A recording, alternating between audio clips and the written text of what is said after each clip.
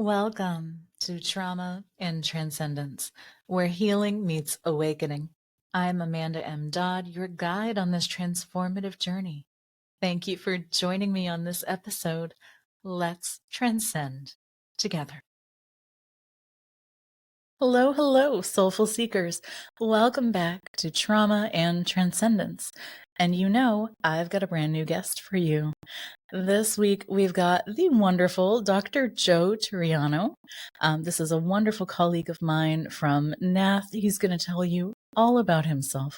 Welcome, Joe. Hi, man. How are you? Doing all right. How about you? It's not yet full on winter, so I can't complain. I don't know about where you are, but we had like a brush of snow and then it went as fast as it came, and I was good with that. Yeah, it's warming up a little bit today here. We don't have much snow on the ground or anything, but it's been pretty chilly the past few days. Pittsburgh, Pennsylvania. We're actually not too far apart, so I know we've got a cold weather effect happening tonight until like 4 a.m. Is it the same for you? Yeah, I think it's warming up mostly. At least over what it's been. Lucky. Lucky. I think we're probably going to get snow again, but yeah, it's not as bad as Montreal, Quebec. I can't complain. After big mounds of snow, they would pile it all in the parking lots. So when you were a kid, you'd go out there and you'd see like literal mountains of snow, like 30 foot mountains of snow. You're from Montreal? Mm-hmm. Yeah, I lived in Potsdam, New York, which I don't know if you're familiar with. We had some of the same type of snow when I was a kid and I lived there. At 70 How have we spoken? Yeah. Or piled up our snow plow, so. How have we spoken so many times and not connected that we have that in common? It's wild. Did you guys play King of the Hill too? Oh. Did you guys play King of the Hill as well? Yeah, that type of thing. Throw snowballs at cars, whatever. Yeah, we used to go up to Montreal. We were about 90 miles away, something like that. I could be wrong. So it's pretty close to that. Yeah. Used to actually go up and my father, central Pennsylvania, always followed the Pittsburgh Pirates. That's why we ended up moving here eventually, because he likes this area, and so we would always go up to see the Expos. So you probably remember play the Pirates. Oh my God! Yes. That and the Habs. I mean, you had to go see the Habs play. Being a hockey fan, I'm imagining that happened. Not do that. Wow. My father was into baseball at that time. He used to like hockey too. That time I was just doing whatever he wanted. I'm like, I had a whole lot of say. I was 8, 9, whatever. So let's tell the audience all about you. What is it that you focus on? Who is it that you help? I'm a hypnotherapist. I'm also a trained Family Constellation Therapist. I'm a trained intuitive energy healer. I've taken specific training in hypnotic past life regression. One way that I describe what I do is bringing out hidden factors for people so that they can understand themselves better and address issues that they may need to understand in a deeper way.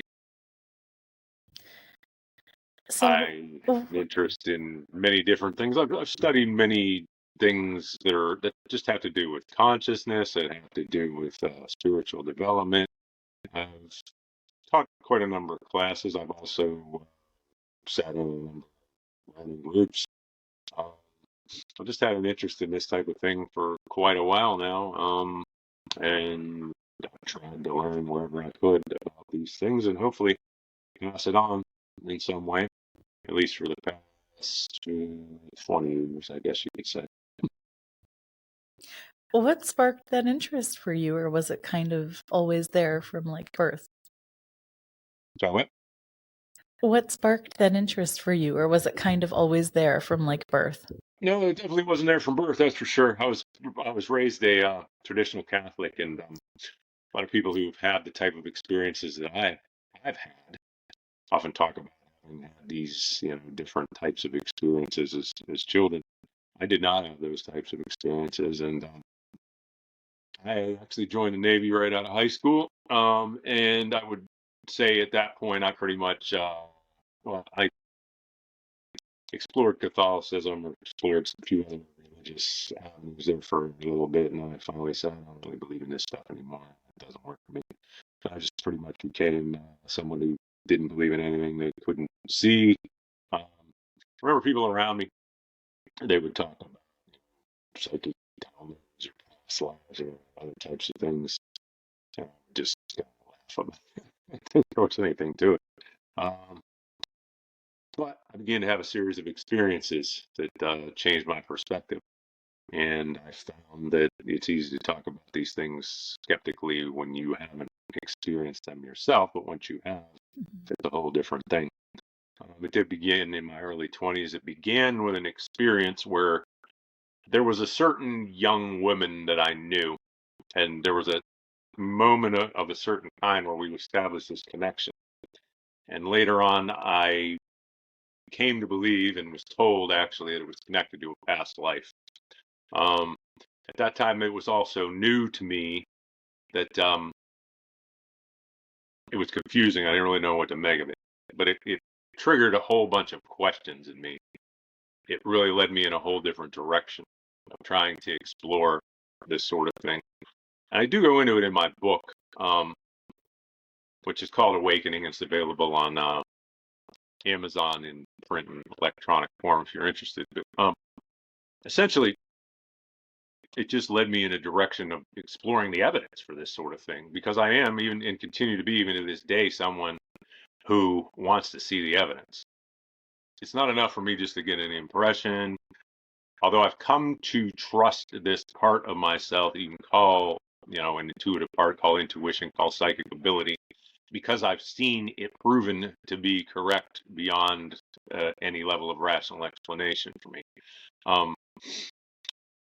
But I always have had this idea that it's good to see the evidence, and it's good to support impressions with evidence. So that was the way it began for me. I just began to get a bunch of books. I began to read about certain things, read about how, what is the evidence? Does this really exist? And I found out, somewhat to my surprise, that it does. And Yeah. there is this societal thing, I think, that goes on even to this day and is going on right now, where, well, people talked about a culture war of a certain kind going on. And essentially what you have mostly traditional religious people, someone at war with people who might be called secular. And the secular people don't like religion in any of its forms. So the secular people tend to dismiss anything that they don't call science.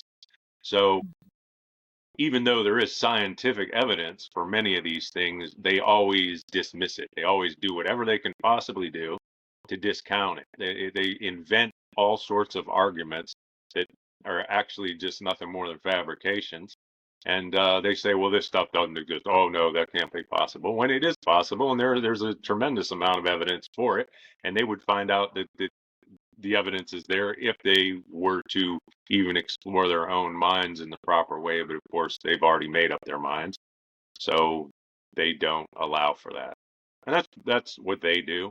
But I found out, somewhat to my surprise again, that there is a tremendous amount of evidence for this sort of thing. And eventually I found that I could do it myself, somewhat to my surprise. Um, one So of you the kind of pivotal seen both sides, though. one of the You pivotal saw the things that religious really, side. sorry, what was that? You kind of saw both sides. You saw the religious side, and then you saw the secular side, and now you're on the other end. Yeah, and So it's you've just, kind of seen the whole spectrum.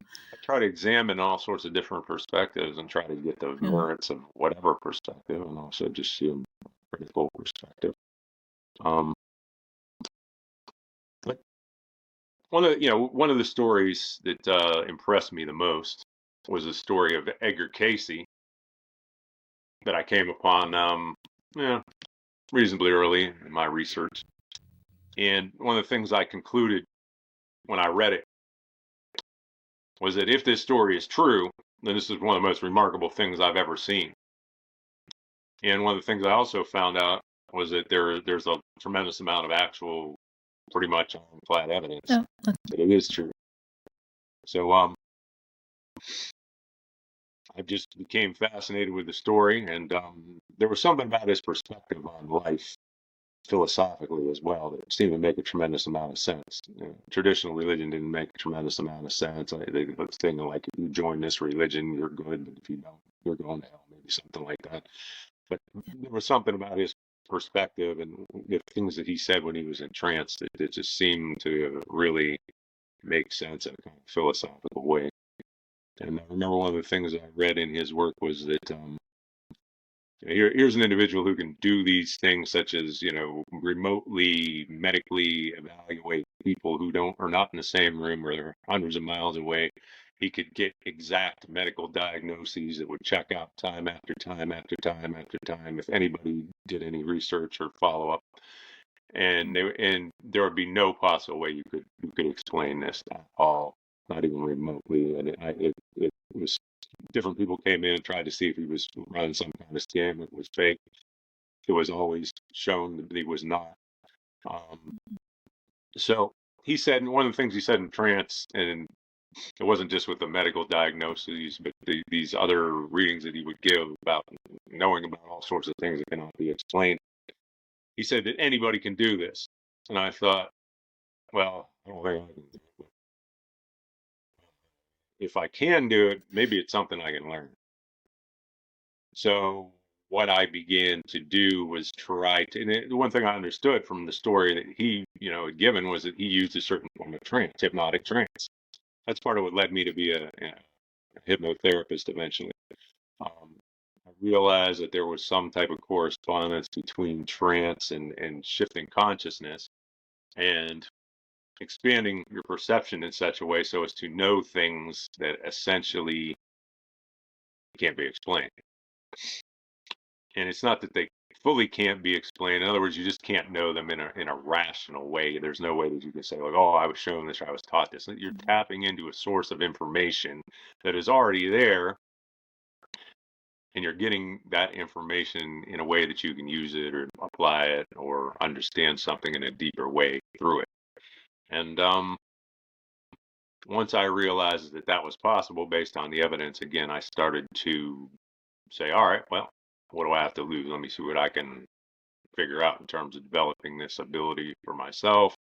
And at first it was pretty confusing, and I didn't know a whole lot, and I didn't really understand how to do it, and it didn't seem to make sense. But one thing I will say is that over the course of time, just through practicing and practicing and practicing and being determined to do it the right way and determined to find out how this ability worked and what I could do to maximize it, it began somewhat to my surprise to come along and get stronger. And it was something sometimes I compare it to playing a sport. And when you're really starting out playing a sport, you're terrible, you're awful, you just don't know what you're doing. You're stumbling, fumbling, everybody else seems to be doing it better than you. And then when you practice, you just put in the time and you watch the other people who know what they're doing and you learn about what went into what they were doing. And then you just spend the time, put in the time, keep practicing, keep learning from your experience. Suddenly what you end up finding is you're getting better in ways you can't possibly explain.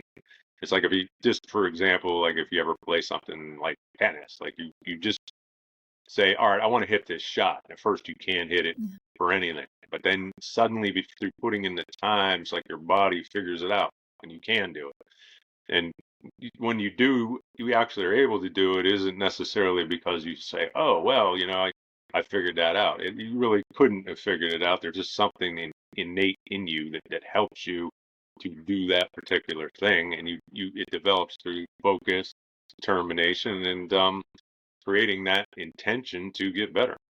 And it really is one of those things, and a lot of people don't think about intuition in that context, but I kind of think they should. Yeah. And I think there's something to be said too about the practice rather than constantly trying, because that whole trying too hard thing, I've seen so many people who have had wonderful gifts, but then when they zero in and they put that pressure on and they try too hard, they just create like a huge block for themselves. But more the dedicated showing up, let's see what I can tap into today, and just allowing is like so much more of an effective way to build that intuition muscle for sure. Yeah. Have you noticed that? Well, there is I mean, there is an aspect of developing your intuition where, much like you say, you can't force it. And when you try to force it, you can create confusion. Yeah. Somehow you just have to keep putting in the time until you figure out how it works for you. And then once something clicks, then that's the key to unlocking something more. And I do kind of feel like I can say at this point, I mean, there have been a number of things that have happened in my life that have been just, I almost couldn't believe them after they happened. Quite a few of them, and a lot of these events, things that have happened. They're just, I mean, there are things that there's evidence behind them. If somebody had been there and experienced that and seen what had happened, there is no possible way that they could say they can explain that. I know that for a fact. It's interesting. Carl Jung, he's got a video that's available on YouTube. He says, I don't believe God exists. I know God exists. I mean, I almost feel like I could say that myself. Yeah. I've experienced a higher power. I've experienced things that cannot be explained. I know they've happened in my presence. I don't know everything about them. I don't know 100% why it happened. To this day, there are still questions about some of the things I've experienced, but I know for a fact things happen there that cannot possibly be explained. And somebody might try to, but they would have to concoct basically a whole bunch of excuses for why they believe or why these things happen. And Mm-hmm. I know they happen. So Yeah. Did been, you have precognition on any of them before they happened? Like, did you? sometimes. I mean, I've had certain senses that certain things were going to happen.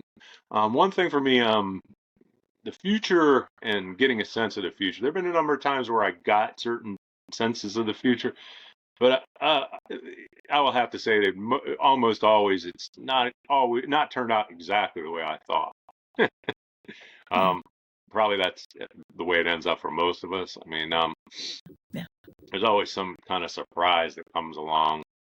It seems like in life, but basically, one thing I've come to conclude is without question in my mind, we're here for a reason. What we're experiencing here in this world is for our learning. Great teachers of wisdom, such as Jesus or the Buddha, were correct that we're here to not only learn in terms of getting knowledge, but we're here to apply that knowledge in a certain way so it changes our consciousness and changes who we are. Um, it's a process. It takes time, but I know that I know it's the purpose of why I'm here. Sometimes there are challenges that I go through like anybody else, but I do have this kind of enduring sense that it happens for a reason. So I have some pretty uniquely challenging things happen in my life, but it makes it easier to put them into context. It makes it easier for me to understand some of the reasons why I've been through what I've been through.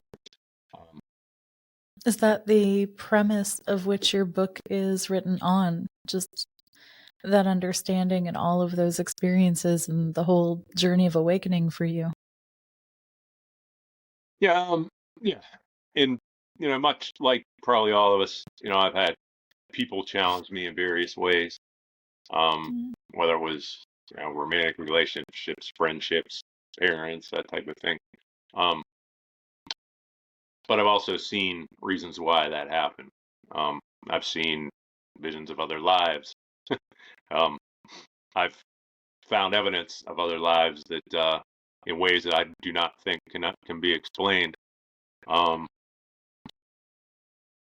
so I have a deeper sense of why other people have done certain things or been challenging to me in certain ways, and it helps me to process what it is that happened, and it helps me to understand that it really is there for my learning, and hopefully if I put it in the right context, and I do all right regardless of what it was that did happen to me. Mm-hmm. Um, yeah. So at the frontiers of our consciousness, and it's interesting, to explore the idea of shifting consciousness. I think, in a lot of tribal societies, that it's something that is well understood. Of course, you have shamans and um, other figures who habitually transform their consciousness. They habitually shift their consciousness, and they know how to get into a state where they get spirit communication or various other psychic insights. Um, in this modern, more industrialized world, we've somewhat lost that capacity in a certain sense. And most people either believe in, as I said, organized religion, or maybe they believe in nothing. But the idea again of exploring consciousness, even for regular people, it was often a rite of passage. People would do things, vision quests. Even here's something people don't necessarily think about. Jesus in the Bible, he fasts, for 40 days and 40 nights. Fasting is something that people do in terms of wanting to seek out a type of vision quest, a type of thing. That's why he did it, I'm sure. And at the end of that experience, he has a visionary experience. And the way it's put in the Bible, he's tempted by the devil. But if the devil can be seen as being symbolic of something, if you can read that story symbolically, then what you realize is that that's exactly what he's doing there. And I guess I can say by now I've had some experiences where I know what that's about. Wow. What's that? Wow. Yeah. That sounds intense. Yeah, I did have this one experience, which I have told you certain aspects about. Um, happened to me about 9 years ago, and I've had many experiences before that, many experiences after, but this one was, I would say, more intense than any of the others. And the way it struck me, um, I woke up essentially one morning without any kind of warning, and I was in an altered state of consciousness, and it lasted for about 2 weeks. And throughout that period, I would describe my perception as being in the presence of what I would describe as a Christ presence.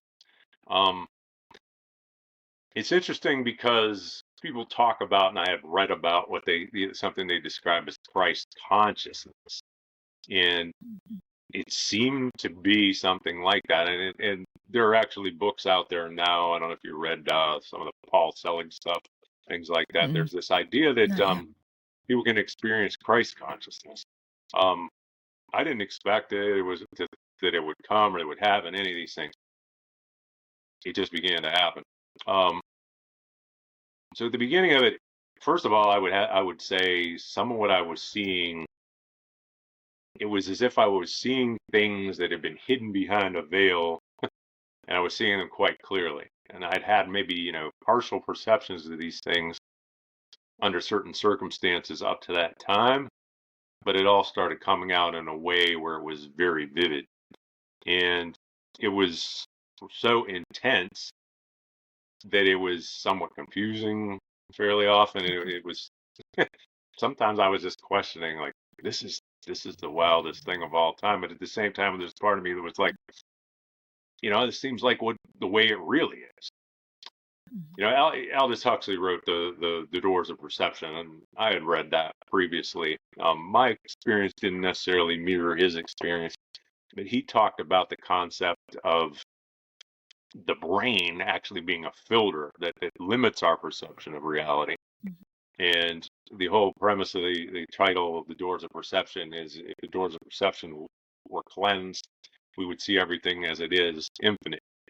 And so I felt somehow that my perception had been expanded in such a way that I could just see these things without a filter. And I'll tell you, it was really intense, really wild, really crazy, and so many things were what I would describe as psychic downloads, and that I just seemed to know so many different things about so many different things that it was really very, very wild and intense. And there's one experience that I talk about in the midst of all of them, where I went to this Native American sweat lodge, and there was a woman there singing in a language I never heard, this native language, and I began to hear the words and the music in my head, and I began to sing along with her and sing the song just at the same time she was doing it, and the other people in there heard us doing it. And at that moment, while that was happening, I was saying, well, this is the wildest thing of all time. And I was also saying, well, anybody who was here said that this isn't possible, well, they would know they were 100% right. They were here right now, without question. There'd be no refuting this. And I know I'm not the only person who's ever experienced anything like that. But for myself to experience it that way, it was just like, okay, this is irrefutable. Um, Throughout the rest of that experience, I saw so many other different things that were so interesting, and I had these experiences, what I felt were experiences of healing. I saw different aspects of my life, things that had happened, why they'd happened, why, as some people have said, the plan. And I do believe we all have a plan in being here. We plan this life on the other side. I saw visions of why that happened. Um, and there was one experience, I've also told you about this one, but I was in touch with that time with a woman from Australia, and I had originally posted a dating profile online about 7 or 8 years prior to this experience. And she had responded to it, and I said, "You live in Australia, that's too far away." And she said, "Well, let's be friends." And I said, "Okay, sure, why not?" So we traded emails back and forth for, so, yeah, 7 or 8 years.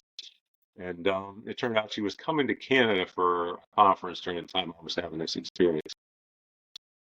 And so as I'm corresponding with her in the emails where she was saying she's coming and you want to hang out, it suddenly began to hit me intuitively that this is going to be important. Something's going to happen. This is going to be a very important connection, and I never realized it up to that point. And that triggered a past life memory. And I had already been doing past life regressions for other people. I had already had my own hypnotic past life recollections. I had already begun to some degree to even have intuitions about other lives when I was in an ordinary state of consciousness while I wasn't around other people. Um, but while I was having this experience, I saw this incredibly vivid vision of a past life where I was an officer in the American Civil War. And I saw that she was there, except she was a man, and I knew intuitively it was still her, even though I'd never met her before in this life. I still knew. And she was my adjutant lieutenant. And we're like a team. I saw myself going down to the battlefield and directing troops, and it was as vivid as being in a movie. And I saw that I did certain things, and also saw there were certain tendencies that I had personally during that time. It's kind of like, oh. And amongst other things that I saw was I was a very hard individual, um, and I would bully some of the people under my command. They weren't measuring up. I figured, hey, we're at war here. Everything better be up to standard. I'm gonna, grind you under my heels until you get it right. Um, and I saw, interestingly enough, um, a point in this life where I made a decision. And it was really interesting the way I saw it, because I don't know if I would have been able to say, back then in that life experience the way I did. I don't know if I would have been able to see all of it. But see, I was deep in trance. And what I saw was I I was making a choice to end my life at this point, that I would be exiting. And the way it worked was I knew somehow, in some level of my intuition, that if I rode my horse to a certain part of the battlefield, I'd be killed. And that's what I did. And how you would know the bullet's coming for you, that's one of those questions where some things are happening in this world that they're not all what they appear, essentially. And I really saw that, and that's what I saw. I saw myself shot, my consciousness exited my body, roamed around the battlefield for a few minutes, and I said, all right, well, I'm done here. This is it. I'm out of here. Get me out of here. So then I saw myself go into this dimension where we plan this life from, and I do absolutely believe that we plan this life from another dimension. And that's the place where we tend to go back to in between the lives that we live here. And I saw myself making a contract amongst other people with this woman from Australia, and I knew something was going to be happening. I just knew it. And so after I took all that in, I was pretty much okay. This is going down. I can tell. I know this is happening. So the very next day, and I've been a therapist. I've been a therapist in some capacity since 2005, but I usually have something else going on where I'm doing some other type of job to help pay the bills. That time I was working for the post office, and my job was to drive a truck through this section of Pittsburgh, close to the University of Pittsburgh. And there is a little sort of quasi-local military museum called Soldiers and Sailors Hall right up from the University of Pittsburgh campus. So I dropped a mail off at this one hotel, and I just heard this voice. It was this Christ presence speaking to me like me to you. And it said, now watch, I'm going to show you something. I said, okay. So drive the truck to, the voice says, drive the truck to the back of Soldiers and Sailors. So I do. And it says buzzing through the back door. So I do. And it says drop the package off the desk. So I do. And it says walk down here, walk down this hall, turn here, turn here, turn here. And then it says look up on the wall.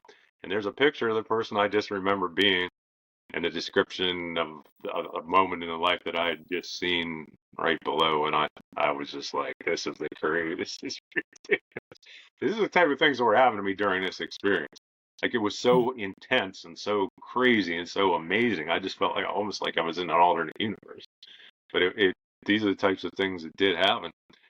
And I'll tell you, at that point, I was just like, if there was any question in my mind, I was no, like that's proof. But I got another form of proof not so long after that. I finally did meet her in Canada about a week and a half later. We met up in Toronto. I said I had this amazing experience. I'm not going to give you all the details. I want to see what you get. So what I did was I did a hypnotic past life regression on her, and she remembered that same life. And essentially every detail that I had seen, everything she described matched. And there were over 100 details. She already knew the story. Everything that happened to me, everything that she as that man that I saw was involved in, it all was the same. She saw it exactly the same. And just incidentally, this figure is not a household name. It's not in a movie of any kind that you could have watched. It's mainstream. If you were a credible Civil War buff, you might be able to dig and find a record of this person. In fact, I have, but if you're not, you wouldn't know who he was. She had not read it or seen it in a movie anywhere, nor had I. There's no other explanation that I can come up with other than. And so, partially as a result of that and some other things that happened where we connected at that point, I ended up moving to Australia not so long after that. And I ended up getting dumped, and I ended up coming back here. And that wasn't necessarily what I thought I was going for, obviously. But I later on ended up concluding that was where I needed to go, and that experience was what led me there in a certain way. And that's what I needed in my life. And there was another experience I'm also talking about where things began to happen afterwards. And I met up with another young woman who it turned out I knew from that life as well. Again, we just kept meeting each other. We sat down. It was this kind of connection thing. I know probably a lot of people, maybe even listen to this, would understand what that's like. Because sometimes you just meet up with people, and sometimes it's romantic, or sometimes it's whatever. But you just have this connection with people, and it's just something different. It's just some kind of entrainment, some kind of magical type of thing that goes down. And I told her that story I just told you about the past life recollection and of the Civil War. And about a week later, she texted me a picture of a gravestone. And this girl had been very, very psychic from a young age, but she was trying to figure this out and get it straight in her mind because she had been scared when she was younger. But she said she sent me this picture of a gravestone. She says there's a cemetery in the local historic cemetery in Pittsburgh that she always walks in. And she said, I always thought this section, I always got this really strong psychic impression this was my grave from another life. She said, I always thought this section of the grave, the cemetery was dedicated to the American Revolutionary War, but she said, I found out today it's dedicated to the American Civil War. And, the thing I had not told her is I already found my grave in that same cemetery right near that grave. And because I know the name of the person it was, I can go online, look up the list of the names in the unit, and the name that's on that grave is in the unit. So, Yeah. yeah, another kind of confirmation of a certain kind. And just to maybe add one more piece to that, one thing I sometimes talk about. Growing up, my father was the biggest challenge for me. And it was hard growing up in his household for various reasons. I mean, he was very controlling, and he was a tough individual to live with. Um, and there were many times I just wanted to get out of there. And one thing about him, he was a mainstream Catholic, and he raised me Catholic. And he didn't believe in past lives or anything like that. But boy, he loved the American Civil War. He had to go to Gettysburg. Remember the Ken Burns documentary was on. He cleared the room, pulled up the TV, watched every episode, almost like he wasn't blinking. I mean, he was just fast. I mean, he ate the Civil War up. So the only thing I can conclude based on that, and it totally makes sense into him, is I bullied him in life, which is why he bullied me in this life. Common, it was just one of the lessons I needed to learn in a certain sense, much like a number of these other things that happen. Past life experience directs and informs what we experience in this life. So it helps me to understand why the people have treated me in a certain way and why I've experienced certain things and why it's all kind of part of the plan, and why sometimes in life the best thing we can do is just make the most of things that we are experiencing, and understand there's always some learning value in what is taking place, and try to figure out what it is and try to keep on changing and adapting based on what we learn, hopefully. Yeah. So you kind of got a firsthand spiritual awakening view, kind of initiation into all of this different perspective from a very raw, intense place. And then somewhere in the mix, now you've begun and you've shifted to facilitate this. Well, I think you've been doing this for a while now. I'm saying begun, but you've been facilitating this journey for others now who are going through it so that they're not quite so alone or possibly overwhelmed in the way that you were. What has that been like? Well, yeah, and so part of what I do, I teach psychic development now. When I do see people in my hypnosis practice, I give them an opportunity to talk about the experiences they've had. Um, Sometimes I just even have random friends, random people approach me when they know about, they find out about what I do, which I used to be kind of secretive about, but I'm not really so much anymore. I find out that many people, most people, I think the vast majority of people really have had experiences that they just didn't understand, and then they maybe Mhm. afterward said, I was up so weird. Like it seemed like I was experiencing something. Maybe it was after a parent died or someone died, and they felt like there was some type of communication going on. They were like, that Mhm. really felt like that was mom talking to me. But nah, okay, I was probably making it up. Or many other different types of experiences where it's like some Mhm. part of your mind is telling you, yeah, this is really happening, but then the other part's like, well, I don't know. I try to help them put that into context and understand that it's common in the human experience, and that there can be a part of you that just denies it. But on the other hand, if you want to look at it, you want to just objectively evaluate it, what you end up finding that yes, these things are a part of the human experience. They always have been. And if you pay attention, you will see that me, everyone, we all have this part of ourselves that can speak to us and tell us something deeper about who we are and what we're doing here. And it can help us, again, understand what we're here to learn. And it can help us to live life more meaningfully and with a greater sense, hopefully, of appreciation and understanding, despite the fact we may be challenged in various ways, and we all are challenged. But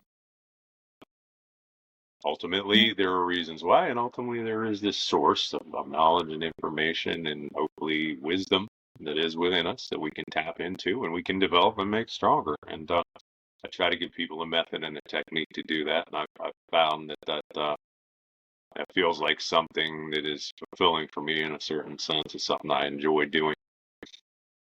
Yeah. When you're helping people through that, is there like a typical route that they take, or is it different for everyone? Do some start with like the psychic development end, or the therapy end, or the past life regression? Like, how does that journey look for most people? It depends on the individual. I mean, some people call me up, they say they want to do a past life regression. They'll come and see me, and then we'll work with that. Some people are more familiar with the whole uh, process and what it means and how to do it than others. Some people, I guess the majority, it's pretty new to them. Um, I try to help them understand, how it is that we have the capacity to do this, which I do believe that we do, and how not to just say, "Oh, this is so weird." Like, maybe if I start going into trance and seeing something, I just think I'm making it up, or all these things, which it's an understandable issue that people have. Again, it's one of these things that I've found, you know, there are certain things, and I'm certainly not the only one who experienced it. Again, like there were just confirmations. There are confirmations, and I can tell you more stories of my own or other stories from other people where it's like you can say, "Oh, well, this doesn't make," or "You made that up," or whatever else. But and when you hear these stories, you realize, there's some part of us that just knows these things.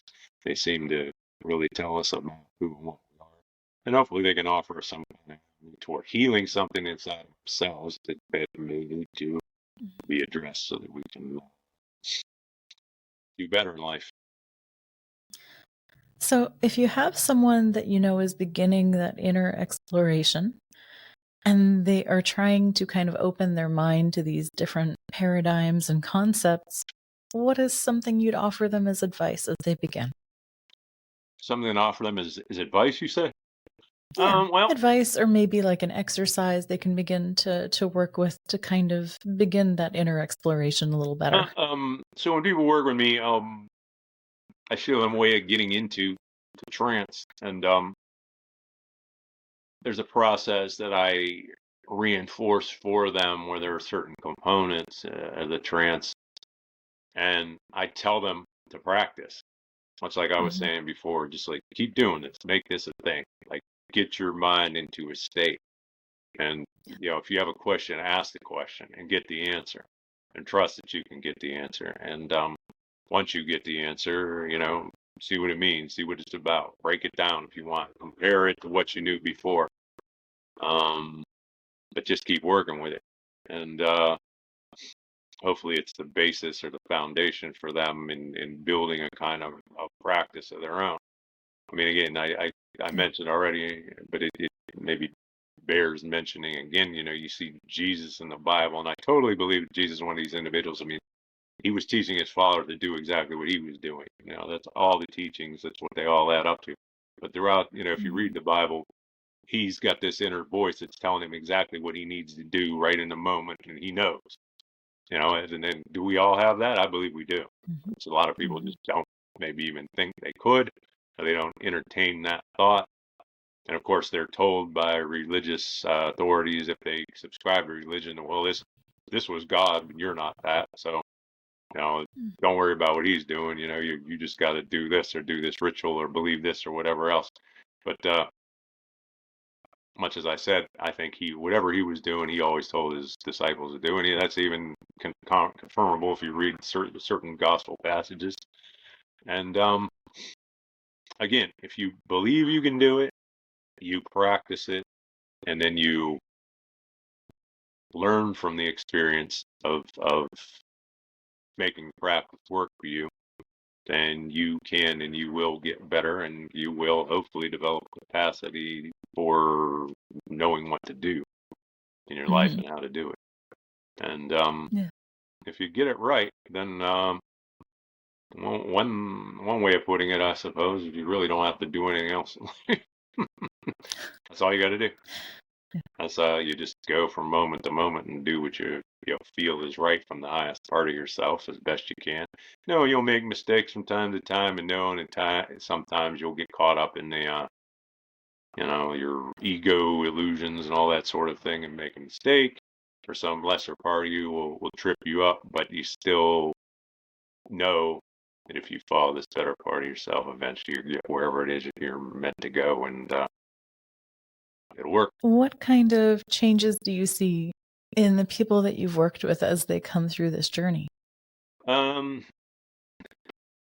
Hopefully, it's interesting because a lot of people I work with over a shorter period of time. And I'm not a traditional therapist usually, although I have done that with certain people, um, because I try to give people tools that they can use on an ongoing basis, so that they don't have to just keep coming back and seeing me, and they're not necessarily dependent on me. But I do have, I have several people who come and see me over a longer period of time. Um, Hopefully, the idea is that they're more inspired. A number of them have told me that they feel as though they are. They know more about what it is that they're doing here, and hopefully, they have more of a sense of peace in going through life. There's less confusion and suffering. Um, you know, we all get challenged in various ways, and then we all have to figure out a way to get a handle on the challenges. But I've seen people I've worked with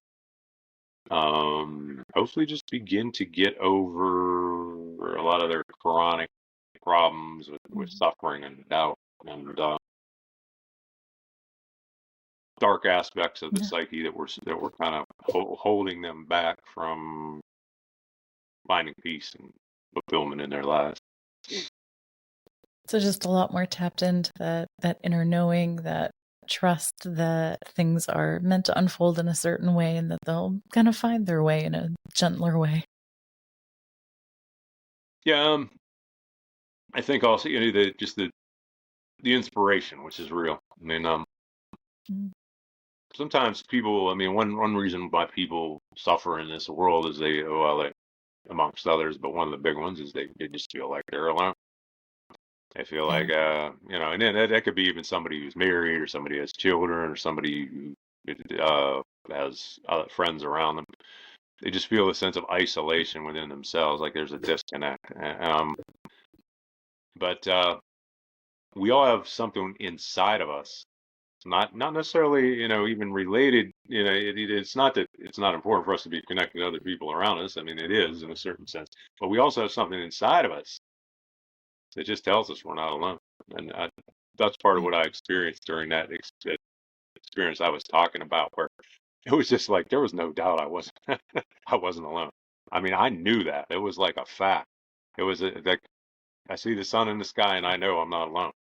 I know there's like an inspiring presence here that's a hell of a lot wiser than me. That can tell me anything I need to know. That it just like is not going to get bothered by any of this stuff that might bother me.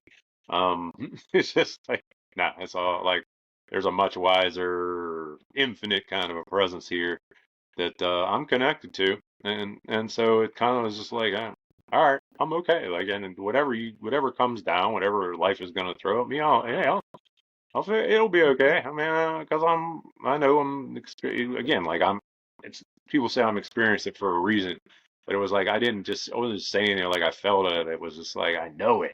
It's like this is happening. Yes, it's like it's just exactly what needs to be. And that didn't matter like if it was stuff that I didn't necessarily even personally want, but it was just like whatever this is, it's just what needs to be. And it's here and it's right and it's good and it's like it fits and it's all part of some greater whole, and there may be darkness in it and there may be whatever in it, but it's here for a purpose, and I know I'm connected. I know my life here has a purpose. I'm not gonna live here in this physical body forever, but I know there's a certain kind of mission going down where I'm here to do something for a certain purpose, and that's enough. That's enough, and I know I'm not alone. I just know it's fact. So you've shared a lot of those stories in your book, and remind me again the title. Sorry, what was that? So you've shared a lot of those stories in your book. Remind me again of the title. Oh, the title, it's called Awakening. Okay. Yeah, it is on Amazon. Either, yeah, electronic, print form, yeah. Um, yeah, apparently there's some other people who use that title. You can't necessarily copyright titles. I didn't realize it at first, but if you look at it with my name attached, you should be able to find it okay. Yeah, I did talk about some of those stories and a lot, as well as quite a few other ones. Um, One thing I often tell people is I got a million stories, and I do, and there are quite a few other ones I could get into. We could be here for hours and hours and hours, but yeah, I've had a lot of experiences like this, and it seems like I have more and more over the course of time. And even mentioned this with you because you can relate somewhat. It's like sometimes you have experiences with people, and then as time goes by, you're having similar experiences, but you can pick up on more of what's coming through, so you understand it all better. And yeah, that's part of that whole learning process that I was talking about, where your mind just works differently for the fact that you practiced a certain thing, and now the Yeah. information comes to you in such a way where you know how to read it in a certain sense. Yeah. So, yeah, I guess Okay. I've had quite a few experiences like that along the way, and I don't always know everything about all of it. In fact, there are always questions about, some questions about probably all of it too. But it's rather interesting nonetheless. Where did family constellations come into everything Well, throughout that whole journey? that Where was did an that experience. emerge? That was actually the first training that I did as a therapist. Okay. So, all right, so I'll tell another story. Um, there's an experience I had. I talk about this in the book. So when I was delivering mail for the post office, there was a lady I met. I showed up on her porch one day, and she happened to be out. Um,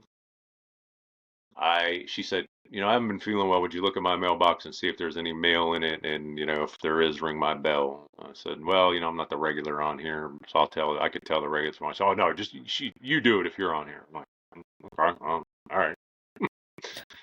There was always mail in her box, but I didn't have it ringing her bell, so we began to strike up this conversation. So finally, she opened up to me and she said, I've been seeing you since I was 5 years old, and the day you showed up on my porch, I said, that's the man I've been waiting for my whole life. Like I've been seeing him, and I like now I finally he's here. Um, and it's funny because part of me is just like, what do you like? Give me some kind of line here, and then some other part of me is like, there's something more to this than. See, this is before a lot of these other experiences too. So I was somewhat new to this at this point. Um, Mm-hmm. and anyway, we got into this thing where we would talk, and I later figured out, putting the pieces together, I felt like this was a person that I did plan to meet as well. This is someone I had a contract with in this life. I began to see visions of other lives when I was around her. She was the first one I would see them like vividly, like pictures. Um, would not be the last. Um, what we both ended up, I believe, understanding was we were at a certain stage of our lives where we were learning about our psychic capacities and inspiration, and we helped each other in that regard. Um, Eventually, I said to her, because she was one of these people who was born with psychic ability, but she didn't know how to sort her way through it, and she was somewhat confused about it. I said, "Well, why don't you go see a psychic? I've seen one before, and sometimes they give you certain insights, and maybe they'll tell you what it is you're experiencing."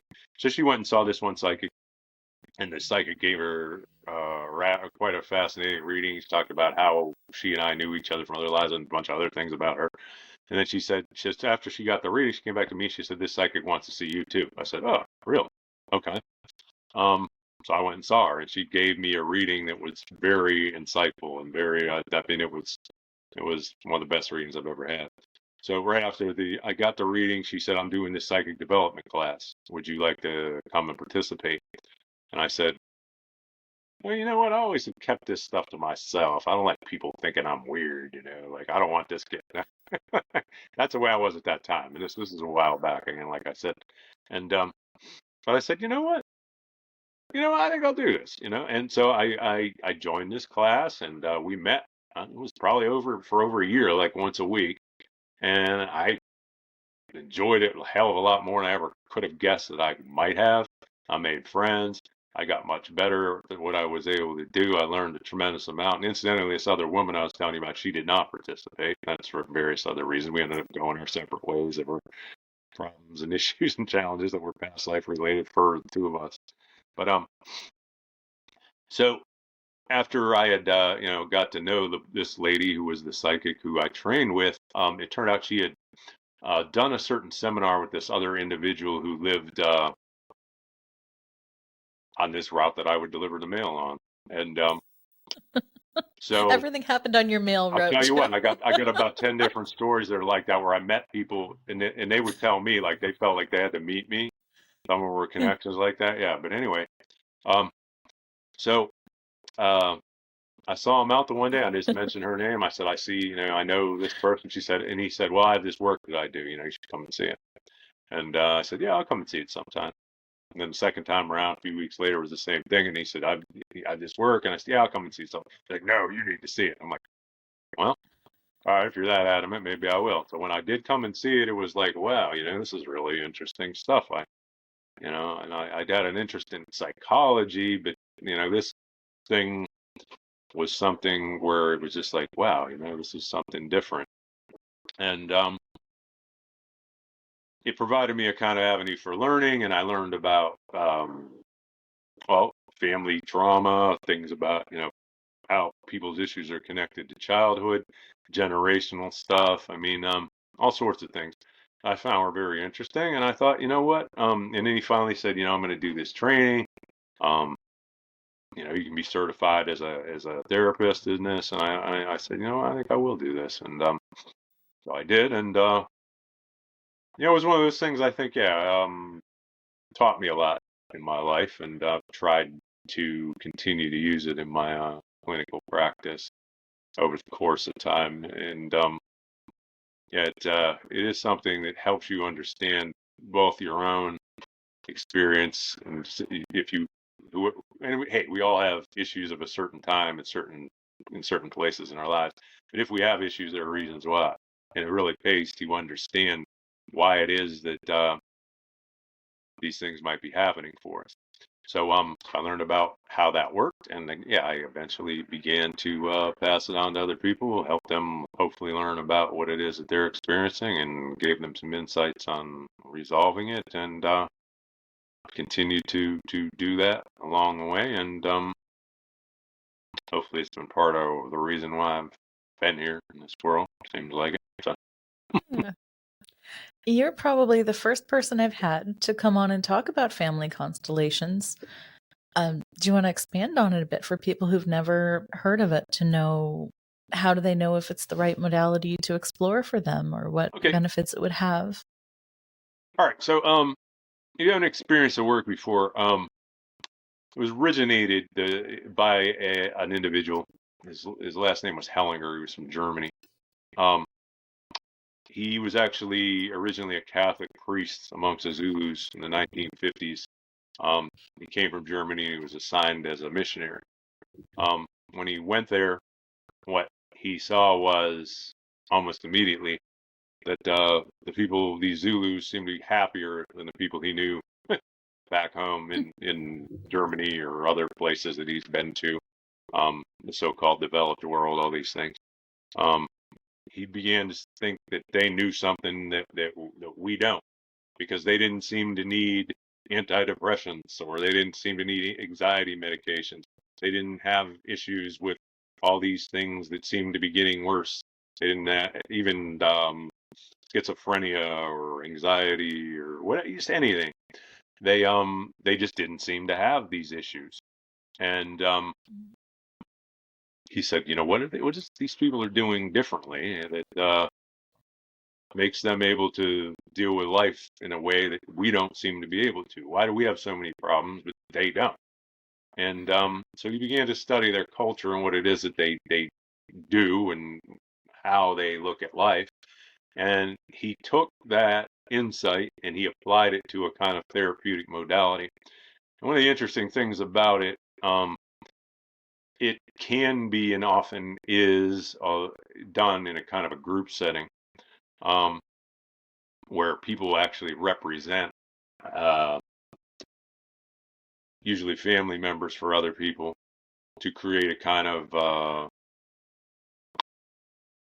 the word is some like a psychodrama.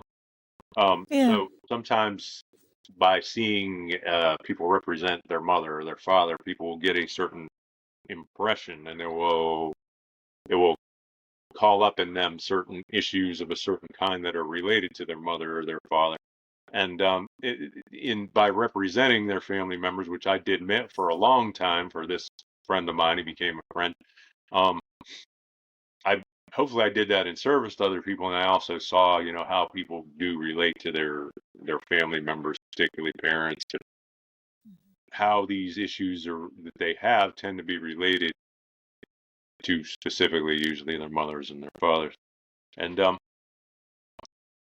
so when you do it this way, it provides a kind of opportunity for people to resolve the things that they have going on in ways they might not have thought about or considered. Um, for example, even if somebody has an issue, it could be something as common as anxiety. It could be something as common as any one of these, DSM issues. But it could also even be something like back pain or things of that nature. And you might not think about it in Yeah. those terms at first, but then what you end up seeing is that there are connections that you might not have considered, and that even physical symptoms are often actuated by unresolved emotional issues inside of people's psyches in a certain way, subconscious factor. So even if people do have whatever condition, um,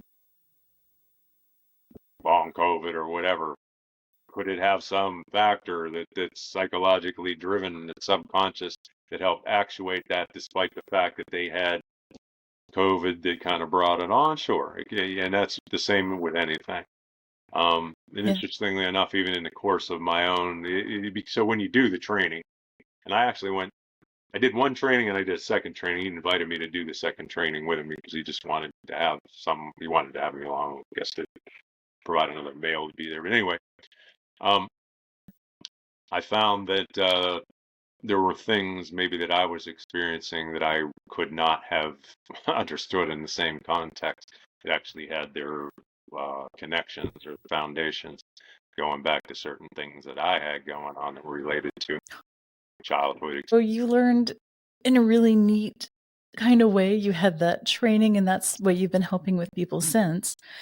And I find it fascinating that things can present differently through it than maybe they would in other forms of therapy, Yeah, in terms it of it is a seeing how kind of they. interesting. Yeah, I mean, and if people are interested too, there's actually a Netflix series that is made in, of all places, Turkey, Hmm. and it's called Another Self. That is based upon a whole set of characters that, in some ways, learns about certain problems they have in a way that they never realized, and hopefully gets on a path toward resolving them through family constellation therapy. And in there, they kind of show you the way it works, and it turns out that these people in this series that's taking place in Turkey are reading a book that was written by my mentor as a therapist. He eventually wrote this book, and it was translated into a number of languages. And yeah, I mean, he's not the originator of family constellation therapy. That was the guy I talked about, Hellinger from Germany. But he was one of the guys. In fact, he till this day is still the head trainer in the United States. He's since moved to California. I haven't talked to him in a number of years, but he wrote this book, and it did fairly well. And these people in Turkey apparently got a hold of this book, and they decided to do a series about it. So it's it's a little corny at Yeah. times, but it's interesting. I mean, the I series love itself. that. Yeah. I mean, it's a little bit soap operatic, we'll put it that way, some of the characters and some of what they're doing. Um, but the generational trauma, that's actually interesting because some of the characters Mhm. are going through things that they would never have thought about or considered. And here they are in Turkey. So in Turkey, they have these series of wars that went on, which is most places in the world. Well, so there's one character in particular. She's a surgeon, so she develops a problem with her hand shaking, and she gets fired from her job as a surgeon, and she has these other issues. And it turns out she is essentially identified with someone in her family line who was violently killed by another family member, and she never knew about it. And then she found out later that it did happen, and it turned out that she's experiencing some of the same symptoms essentially as this other person who's in her family line experienced. It's one of these aspects of family constellation work where there are just these unconscious factors that that make people have certain outcomes. One example of that might be a fairly common one, and I sometimes deal with people who have this going on because my office is in this section of Pittsburgh where there's a fairly high Jewish concentration. So if people have ancestors that have gone through something like the Holocaust, um, there are often unconscious factors that influence certain things that they experience in the course of their lives, including psychological problems, physical problems, whatever else. In fact, my mentor as a therapist began essentially, I think it was pretty much the way he began using his work. He was working with people who self-injure, people who cut themselves. Um, Mhm.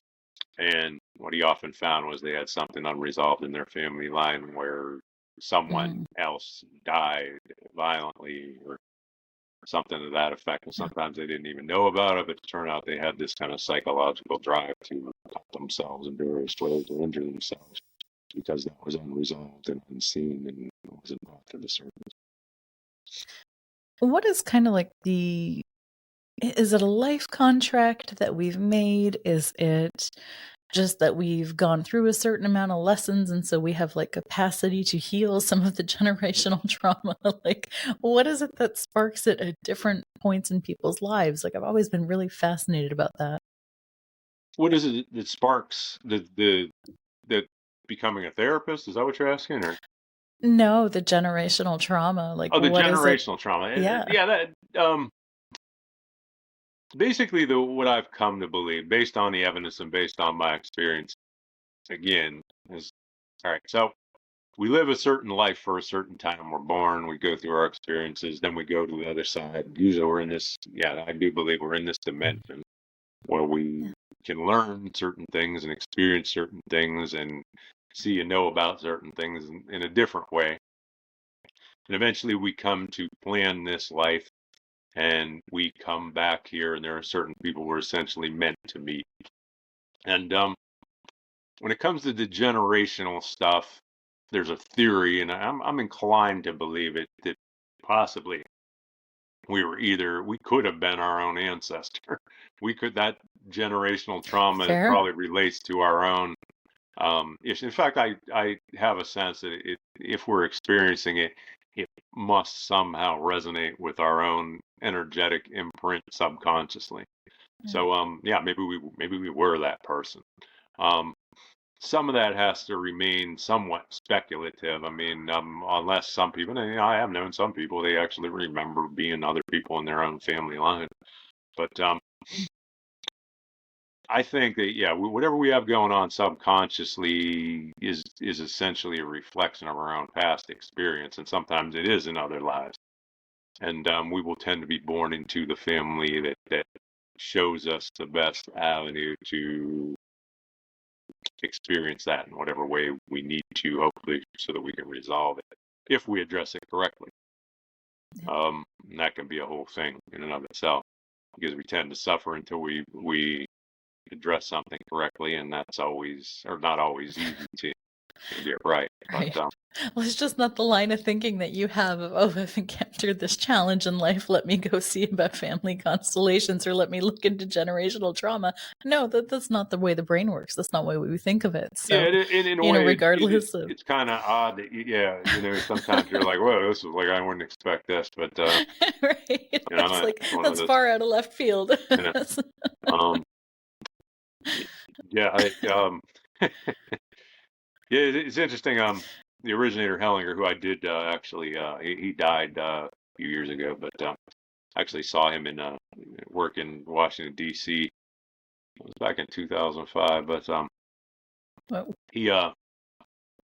he would talk about, what's the real origin of this? Is this past life related, whatever else? He just basically, well, I believe these things exist, but I don't know. But his whole thing was this seems to work.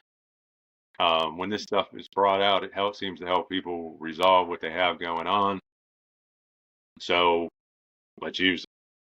And a lot of family constellation work as well. There's a tie-in with traditional psychotherapy almost. For example, relationship patterns or caretaking patterns or whatever else may be in a lot of people's lives a direct reflection of their relationship and the nature of their relationship with, say, their mother, things of that nature. They tend to repeat those types of patterns. And so if you help people understand and come to grips with that and resolve whatever needs to be resolved, then they can change that. And that's an even more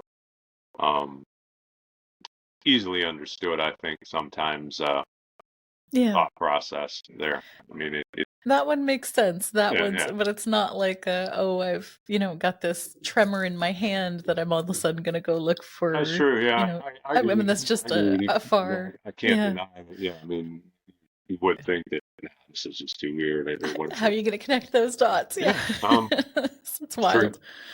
Yeah. But I guess what it comes down to is if it works, it works. Mm-hmm.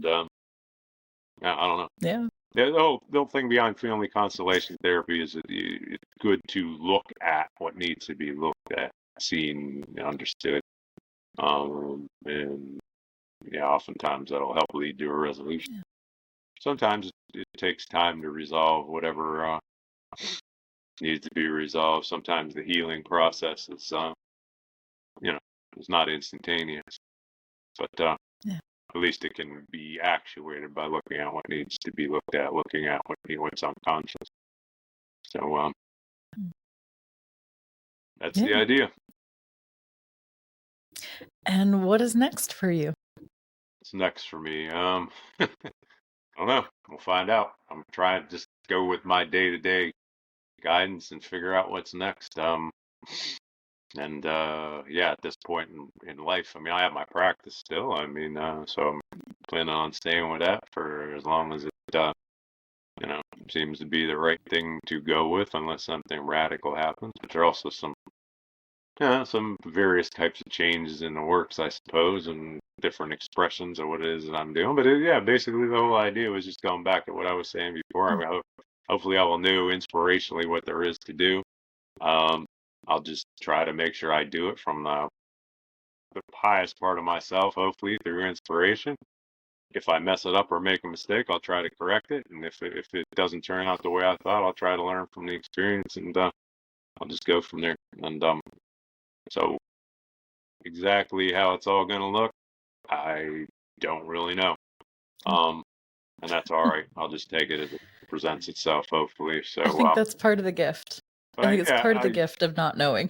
Yeah, and yeah, I mean, hopefully some forms of writing, teaching, whatever else, and what the opportunity that comes along will be the opportunity that comes along. I'll try to make the most of it. So. Yeah.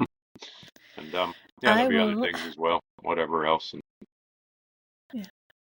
Hopefully, yeah, just things that'll be taken in a lighter context, hopefully, or whatever. Mm-hmm. I will be sure to have all of your contact information in the bio and the description on the podcast episode. So, listener, if you want to be able to connect with Joe and explore past life regression or work on your psych development or head on into family constellations, you'll know exactly how to reach him. And Joe, thank you so much for being a guest today and for coming on and sharing your really fascinating experiences. They're definitely not commonplace. Well, Maybe I for know. I you. guess not. Yeah, I mean, although like I said, I mean, aren't the people that like to? I don't know. So, Yeah, all right, yeah. I Thanks, think man. Appreciate maybe. it. And if anybody wants to contact me, yeah, feel free in whatever way. Also have a website and yeah, whatever other listings, well, you got my name, you can find me, do a Google search, whatever else, or yeah, through the links, whatever way. Yeah, feel free to contact me. And yeah, thanks for having me.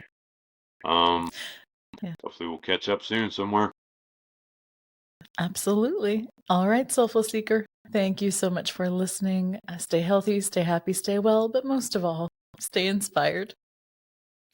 Thank you for joining us on this transformative episode of Trauma and Transcendence. Your stories matter. I would love to hear them and from you.